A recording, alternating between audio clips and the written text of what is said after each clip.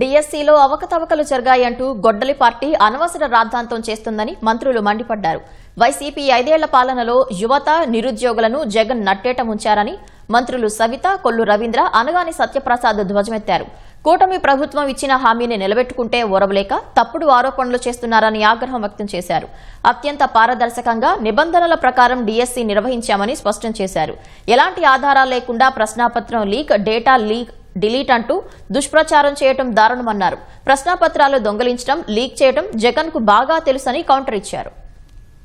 CBI అంటే తెలుసా? CBI చట్టాలంటే గౌరవం ఉందా జగన్మోహన్ రెడ్డి గారికి? ఈ వేదిక మీద ఉన్న ఎంప్లాయీస్ అడగండి, మరి టీచర్స్ అడగండి. సుమారుగా 2 లక్షల పైగా ఉద్యోగాలు, టీచర్ ఉద్యోగాల సృష్టికర్తే చంద్రబాబు నాయుడు గారు.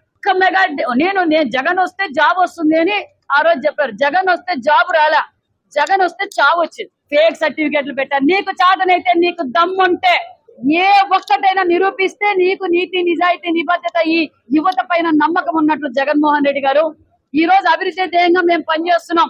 మీరు ఏదో ఒకటి డైవర్ట్ చేయాలా. మరి డైనమిక్ లీడర్, విద్య విలువ తెలిసిన వ్యక్తి, ఈ రోజు పరిశ్రమల సృష్టికర్త మరి నారా లోకేష్ బాబు గారు మన ఒక సంచలనమైన నిర్ణయం తీసుకున్నారు. మహిళలకు 33% రిజర్వేషన్ ప్రకటించడంతో మైండ్ దొబ్బి జగన్మోహన్ రెడ్డి గారికి డైవర్షన్ పాలిటిక్స్ చేస్తున్నారు.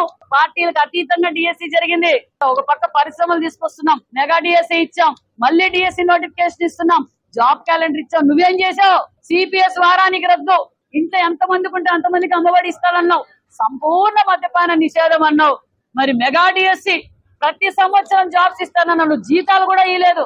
వీళ్ళంతా వైన్ షాపులు కాడ పనిచేశారు. నువ్వు మాట్లాడతావా టీచర్ల గురించి, డిఎస్సీల గురించి? దాని అర్థమే నీకు తెలియదు. నీ పార్టీ అయిపోయింది. డైవర్షన్ పాలిటిక్స్ నీ గత్యంతం. ప్రజలు క్లారిటీగా ఉన్నారన్న విషయం కూడా తెలియజేస్తుంది.